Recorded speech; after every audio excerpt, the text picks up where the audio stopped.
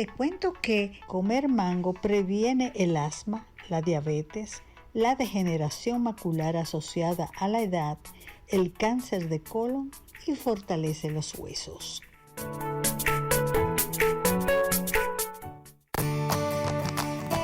Farmacias Carol presenta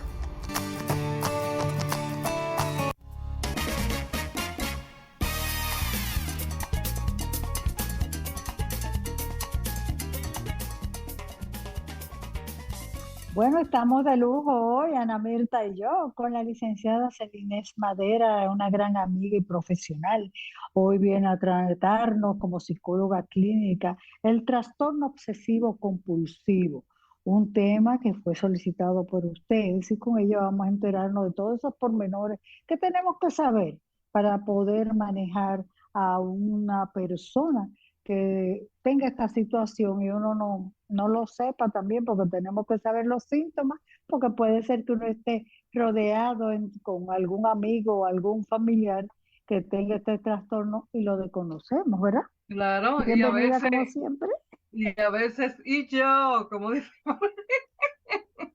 Ay, sí. Celines, bienvenida, qué gusto que estés aquí con nosotros. Bueno, pues para mí es un placer, chicas, estar con ustedes nuevamente por aquí, tratando uno de esos trastornos de salud mental que a veces son los más, o es uno de los más limitantes para el ser humano, es uno de los más complicados y es uno de los que menos se comprende. Le exige mucho al ser humano que tiene este trastorno y a veces es por desconocimiento, porque no sabemos qué está pasando. Cuéntanos, y entonces cuando hablamos de este trastorno, ¿qué es lo que es? ¿Qué es lo que produce? ¿Qué causa este trastorno? Mira, el trastorno obsesivo compulsivo es un trastorno mental, justamente de personalidad, que se basa más en lo que es vamos a decir, esa repetición de pensamientos que son irracionales, muchos de ellos, y que obligan a la persona a tener conductas repetitivas. O sea, por eso se llama obsesivo, porque las personas tienen un pensamiento irracional, pero de manera obsesiva. Y entonces ese pensamiento de manera obsesiva provoca que la persona tenga un comportamiento de manera repetitiva.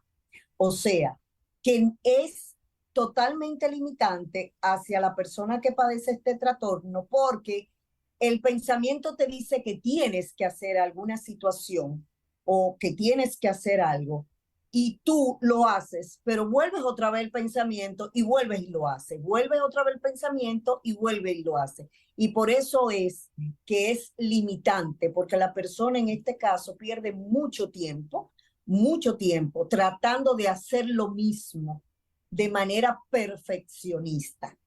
Y esto es basado en un miedo y en una idea totalmente irracional, porque no necesariamente el pensamiento que le venga a la persona es un pensamiento real. Por lo tanto, le provoca este pensamiento ansiedad, le provoca estrés y le puede provocar incluso hasta un estado depresivo.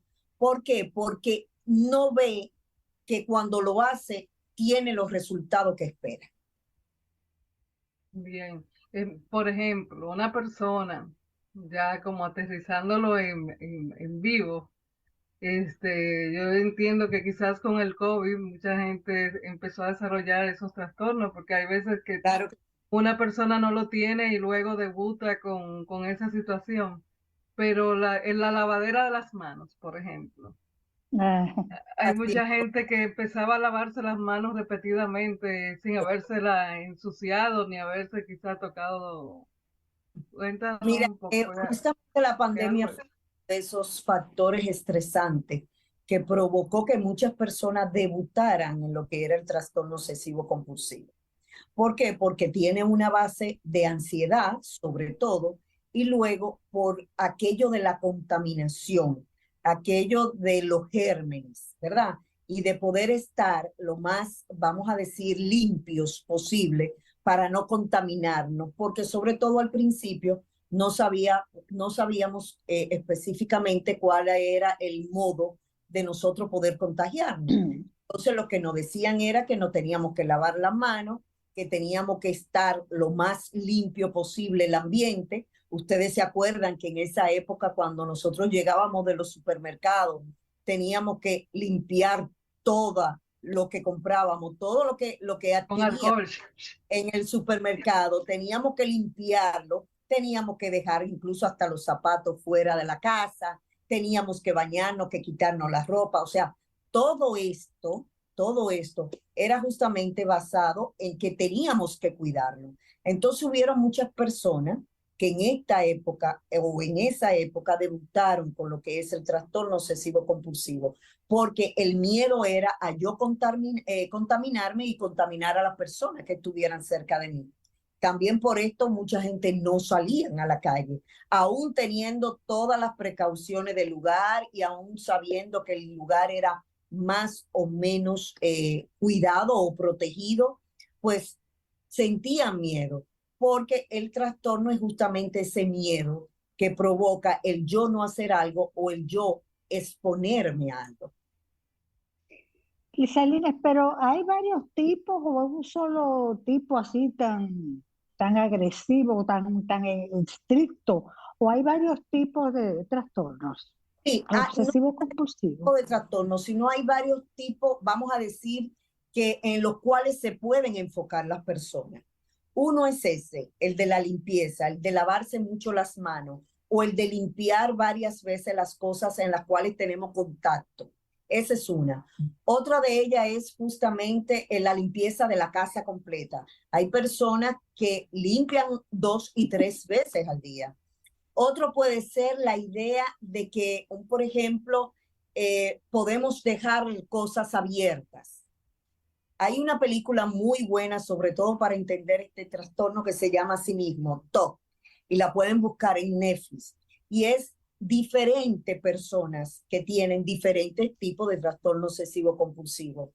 Y una de ellas es justamente una señora mayor que salía de su trabajo, se montaba en el autobús y a una cuadra se desmontaba para volver otra vez a su casa.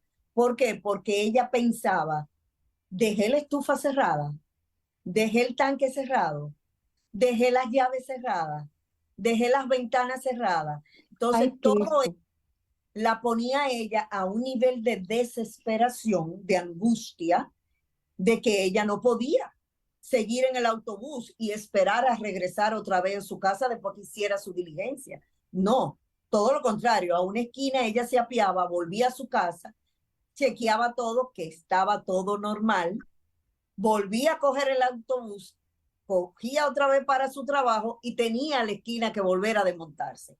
O sea, es así de tan limitante muchos de los casos, ya cuando sobre todo son crónicos y cuando no se trabajan a tiempo. Pero también hay otro que es el de ordenar de manera muy cautelosa las cosas.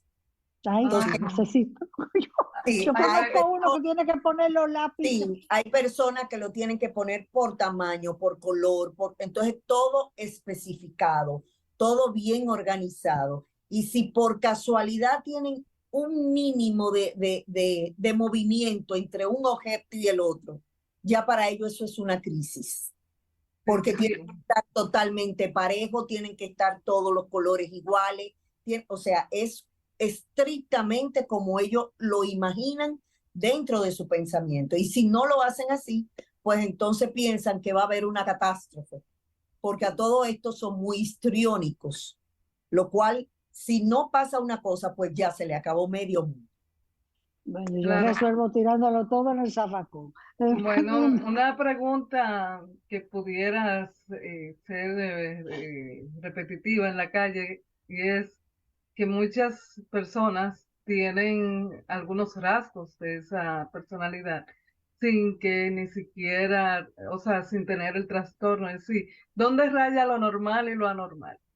Sí. Bueno, lo normal es que puede ser organizado y tú puedes tener tus cosas organizadas. Ahora, cuando ya pasamos al trastorno es cuando eso nos impide a nosotros ser, entre comillas, ¿verdad?, normales en nuestra vida diaria.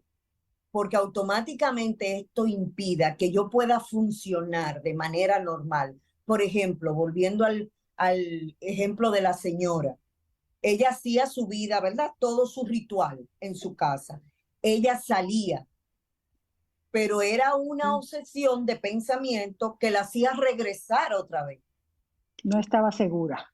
No estaba segura. Entonces eso, ella regresar otra vez a su casa, ya le estaba tomando tiempo, ya le estaba desviando de lo que era su trayectoria, porque entonces ella llegaba tarde al trabajo por esta situación. Y por estar llegando tarde al trabajo, porque se devolvía cada vez que pensaba lo mismo, entonces que ella descubre que está padeciendo por el trastorno obsesivo compulsivo. Entonces ahí es que raya la diferencia. Si yo soy ordenada y ese ordenamiento y esos pensamientos de que tengo que tenerlo todo recto, todo igual, todo parecido, eso no me obstruye a que yo pueda hacer mi vida y pueda funcionar como, diríamos, como de manera normal, pues entonces es que tú eres organizada, pero no que tú estás padeciendo un trastorno de obsesivo compulsivo. Entonces ahí ¿a qué edad puede aparecer esto? Puede aparecer sobre todo en lo que es la adolescencia ya adulto joven, vamos a decir 16 años en adelante, porque ya la estructura de la persona, o mejor dicho, la identidad de la persona ha sido desarrollada. Y por lo tanto ya lo que tú tienes, y esto viene más por un miedo creado en la infancia, pero lo vienes desarrollando luego por las experiencias. Entonces, la mayoría de estas personas han tenido una experiencia no muy grata con relación a un hecho. Y por eso creen que si no hacen lo que tienen que hacer, pues entonces las cosas se les va a salir de las manos. O sea, que necesitan tener un control total. Exactamente. Ese es el miedo que puede tener una persona con este trastorno. Es el perder el control total de algo que ellos creen que puede pasar, pero que no necesariamente pasa. Es todo en el pensamiento que está. Dios mío, yo no quisiera pensar un jefe con ese trastorno. Debe ser un desastre. No, lo peor es tener un marido con él. No. Mira, y con tratamiento realmente eso se puede controlar. ¿Qué tiempo duraría un tratamiento? ¿Se cura eso con un tratamiento? Sí, se puede mejorar, sobre todo en base a la psicoterapia, pero al principio, dependiendo del grado o de la gravedad, ¿verdad? O de la cronicidad del trastorno en sí, hay que medicarlo, obligatoriamente hay que medicarlo, hay que reducir lo que es esos niveles altos de ansiedad para que no provoque el miedo, que es la base fundamental de este trastorno. Y luego con la psicoterapia. Aquí estábamos hablando justamente, Anamita y yo, de lo que es la terapia cognitivo-conductual, porque esta es una de las mejores terapias con relación a este tipo de trastorno, porque ¿qué es lo que hace la terapia cognitivo-conductual? Es justamente cambiar la estructura del pensamiento de las personas para que entonces esto se pueda modificar conducta. Y entonces aquí entra muy de la mano lo que es esta terapia para el tratamiento de este trastorno específicamente. Y no es necesario descubrir por qué ese trastorno surgió. Claro, en la misma psicoterapia, pues entonces se va indagando, se va profundizando sobre qué es lo que le provoca ese miedo, lo cual ese miedo es el mayor factor de riesgo para esos pensamientos y luego entonces minimizar lo que sería esos pensamientos para que la conducta no se repita. Mire, ¿qué pasa si no se trata puede llegar a una cronicidad bastante fuerte, en lo cual la persona se aísla totalmente y se desconecta por completo de lo que es el día a día. ¿Por qué? Porque automáticamente esto comienza a impedirte lo que son las relaciones. Esas relaciones interpersonales, la persona no lo entiende. La persona cree que porque tú estás, como dicen o como dicen por ahí, que estás loco, porque es que tú haces lo mismo varias veces al día. Y a veces lo haces sabiendo, por ejemplo, que ya lo hiciste. Pero esto, ojo con esto, no es que él lo sepa que ya lo hizo, es que no puede controlar ese impulso de hacerlo de nuevo. Entonces no es entendible, no es muy comprensible. Las personas lo buscan, lo tildan de loco, lo tildan de maniático. A veces usan conceptos que no van con el trastorno, pero que lo oyen y entonces lo repiten sin saber. Y esto limita mucho a la persona. Entonces, por lo regular, si no lo tratan, estas personas se aíslan y pierden total contacto con lo que es las relaciones con los demás e incluso hasta con la misma familia. ¿Cómo la familia puede ayudar a esos pacientes, además de ayudarlo a que vaya a un terapeuta? Aguantándolo. Pero bueno, primero hay que tener mucha paciencia porque como digo, estas personas no es que lo hagan por hacerlo, es que orgánicamente no pueden impedirlo, les sale de manera natural. Por lo tanto, tener mucha paciencia para poder entenderlo y educarse lo más posible con relación al tema. Saber ayudarlo, acompañarlos a terapia, normalizar esas actitudes lo más que se pueda, hacerlo entender que no es que porque padezcan por este trastorno no es que se ha acabado el mundo, que puede ser tratado, que si pone de su parte puede mejorar muchísimo. Hay muchas personas que con tratamiento pues hacen su vida normal. Lo único que tienen que llevar su tratamiento, tanto farmacológico como de terapia, porque automáticamente cualquier factor externo que le pueda provocar ansiedad pueden recaer si no están llevando el tratamiento adecuado. Y que se le haga un diagnóstico basado justamente a qué es ese miedo para poder ir con terapia confrontando ese miedo y poder ir disminuyendo lo que serían las actitudes o los comportamientos que sean repetitivos. Para ese tipo de problema como este trastorno obsesivo compulsivo, en nuestro país hay, por ejemplo, grupos de apoyo para la familia y para el mismo paciente, como hay de otros tipos de trastornos. No hay todavía grupos de apoyo que puedan darse ese feedback, esa ayuda. Sí, tú sabes que la salud mental aquí todavía está muy en pañales y hay una parte muy significativa que es esa parte en el cual todavía no reconocemos que cualquiera puede pasar por un estado de inestabilidad emocional o que puede presentar un debut en lo que es un trastorno mental. Entonces eso limita mucho que la persona expresen. Por eso no tenemos estadísticas reales con relación a estos tipos de trastornos.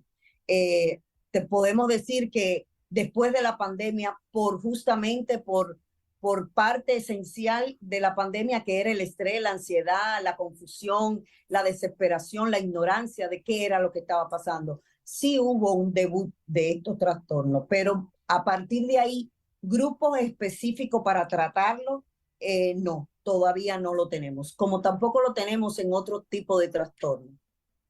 Bueno, el tiempo siempre se nos agota con la licenciada Madera, pero vamos a tener, como ella siempre está dispuesta a venir a ayudarnos y a compartir todos sus conocimientos, queremos que para finalizar que nos dé sus coordenadas, su número de teléfono para que ella consulte y si usted ve algo en su hogar que no esté bien, llámela y trate de hacer esa consulta. Las cosas con tiempo siempre tienen remedio. Eso es importante, que las cosas con tiempo siempre se puede buscar una solución, pero hay que estar siempre observando esos cambios conductuales, que esos son las primeras señales que la persona puede reflejar con relación a algún malestar que puedan estar. Bueno, pues yo estoy en las redes sociales, tanto en Instagram como en Facebook, como Celines Madera. Tengo mi correo electrónico, @celinesmadera@hotmail.com. Y también el teléfono del consultorio, que es el 809-399-5267. y de manera online, tanto presencial como nacional e internacional, pues entonces estamos en el 639-4606 con el 829 delante. Así que ustedes cuídense mucho, un placer. Bueno, ahí en el Instagram pueden encontrar los videitos que son muy interesantes. Muy interesante. Estos live han quedado ahí grabados. Vamos a ver si hacemos uno justamente de estos tipos de trastornos, que son a veces poco, vamos a decir, visibilizados, pero que a veces son muy importantes reconocerlos. Sí, así es. Licenciada, muchísimas gracias por su tiempo. Bendiciones para usted y toda la familia. Señor director, vamos a pausa. Carol presentó.